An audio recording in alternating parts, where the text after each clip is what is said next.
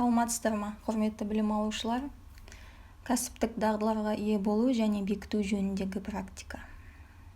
Бүгінгі тақырып 11-ші бөлім менеджменттегі мотивация. Жоспар бойынша бүгін біз қарастыратынымыз бірінші мотивация ұғымы, оның мәні мен эволюциясы. Екінші мотивацияның мазмұндық теориясы, ал үшінші мотивацияның процессуалдық, яғни іс жүргізушілік теориясын қарастыратын боламыз. Жалпы мотивация деп отырғанымыз бұл жеке мақсаттарға немесе кәсіпорын мақсатына жету үшін адамдарға ықпал ету үрдісі. Мотивацияның мәнін түсіну үшін алдымен екі ұғымды білуіміз қажет. Біріншісі қажеттілік, ал екіншісі марапаттау. Мұндағы қажеттіліктің өзі екіге бөлінеді: бірінші кезектегі және екінші кезектегі. Бірінші кезектегі ол физиологиялық сипатта болады, яғни адам туылғаннан бастап, мысалы тамаққа, суға, демалуға, яғни күндегі тіршілікке қажеттіліктерді айтамыз. Ал екіншісі ол психологиялық сипатта, яғни тәжірибе түрінде ғана жүзеге асылады. Жетістікке деген, құрметке деген қажеттіліктерді айтамыз.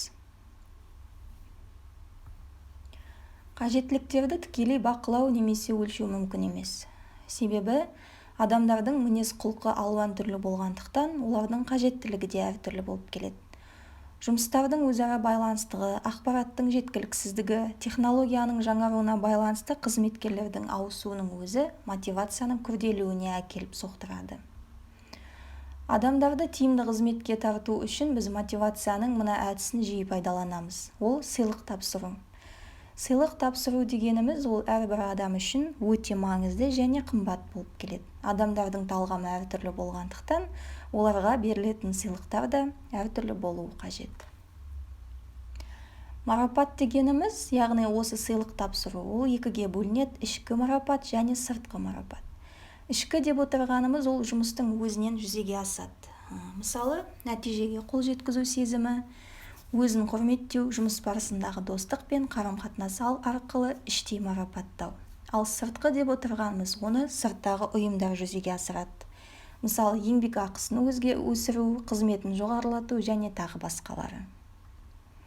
Мотивацияда тағы бір ұғым еңбекті мотивациялау. Бұл кәсіпорын мақсатына жету үшін жұмысшылардың қажеттілігін қанағаттандырып, олардың белсенді іс әрекетіне жағдай жасауды айтамыз. Жалпы мотивацияның мынадай келесі әдістері бар: ол экономикалық тікелей, экономикалық жанама және де қаржылық емес. Мұндағы экономикалық тікелей әдісі ол мерзімді және келісімді жалақы алу, еңбектің салалық және сандық көрсеткішіне сыйақы алу, кәсіпорын табысына қатысу, оқудың төлемақысын төлеу және тағы басқалары жатады. Ал экономикалық жанама дегеніміз ол үй-жайға, көлік қызметіне, кәсіпорында тамақтануда жеңілдік беруі. Ал қаржылық емес әдісі ол еңбектің қызықтылығын жоғарылату, қызмет сатысымен жоғары қарай өсу, кәсіби шеберлігін жоғарылату және жұмысқа шығудың икемді графигін ұйымдастыру. Кез келген кәсіпорында жұмысшыларды мотивациялаудың негізгі мынандай екі формасы бар: ол жалақы беру арқылы және фирма ішіндегі жеңілдік жүйесі арқылы мотивациялау. Жалақы дегеніміз ол кәсіпорын нәтижелі іс-әрекетіне байланысты жұмысшыға берген бағасы болып саналады. Ал фирма ішіндегі жеңілдік ол тиімді сыйақы беру, кәсіпорын есебінен персоналдың денсаулығын сақтау, немесе жеткен жетістігі үшін демалысын ұзарту және тағы басқа секілді мотивациялау түрі. Мотивацияның қарапайым мынадай модельдері бар: қажеттілік, мотив, іс-әрекет және де мақсат. Кәсіпорында жұмысшыларды мотивациялаудың мынадай формасын қолдануға болады. Біріншіден, персоналдың қызықтығын, жауапкершілігін арттыру үшін іс-шара ұйымдастыру. Екінші, статустық, әкімшілік және психологиялық кедергілерді жою. Үшінші, персоналды моральдық ынталандыру арқылы. Және төртінші, кәсіби шеберлігін жоғарылатып, қызмет бабымен жоғары қарай өсіру арқылы мотивациялау. Жалпы менеджменттегі мотивация бұл қызмет жасауға итермелейтін, қызметтің шектері мен түрлерін және оған белгілі бір мақсаттарға жетуге бағыт беретін ішкі және сыртқы күштердің жиынтығы болып табылады. Мотив бір ғана адамды іс-әрекетке итермелеп қоймайды, не істеу керек екендігін және бұл әрекет қалай жүзеге асатындығын анықтайды. Жалпы мотивтендіру дегеніміз бұл адамда белгілі бір мотивтерді ояту жолымен оны белгілі бір іс-әрекетке итермелеу мақсатында адамға ықпал ету үрдісі. Мотивтендіру екіге бөлінеді. Ол бірінші типтегі мотивтендіру және екінші типтегі мотивтендіру. Бірінші типтегі мотивтендіру ол адамға деген сыртқы ықпалы. Екінші тип ол адамның өзінің іс-әрекеті, яғни күші, білімі арқылы өз-өзін мотивтендіру.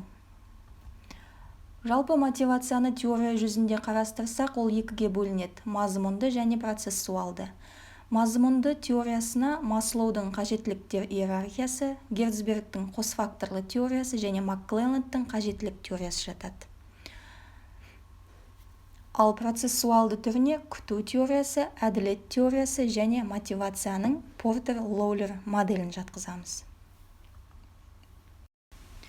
Жалпы Абрахам Маслоудың қажеттілік теориясын 5 категорияға бөліп қарастырамыз. Біріншісі физиологиялық қажеттілік, яғни адамның күнделікті тамаққа деген, суға деген, үй-жайға деген қажеттілігі. Екінші, болашақтағы қорғалғандық пен сенімділікке деген қажеттілік, яғни кез келген адамның өзіне ыңғайлы, қауіпсіз жерде өмір сүріп жатқанына деген сенімділік қажеттілігі. Үшінші, әлеуметтік, бұл яғни қарым-қатынасқа түсуге деген және тағы басқа қажеттілігі. Келесі, құрметке деген қажеттілік, ол адамның өзін-өзі құрметтеу ойлауын қамтиды. Ал келесі категория ол өзін-өзі көрсетуге деген, яғни кез келген қызметкер жұмыс бабында өзін көрсеткісі келетіндігіне байланысты туындайтын қажеттіліктер.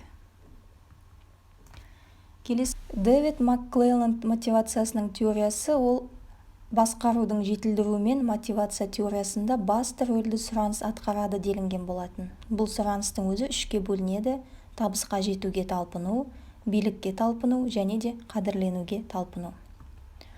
Келесі, Фредерик Герцберг мотивациясын жұмысқа көңілі толу және толмау болып екіге бөліп қарастырамыз. Жұмысқа көңіл толу үшін кез келген адамға мотиваторлар әсер етеді. Мысалға, жетістіктер және табысқа жету мен оны айналадағылардың мойындауы, жұмыс пен тапсырмаларға қызығушылығы, жауапкершілігі, қызметте жоғарылауы немесе кәсіптік өсу мүмкіндігі.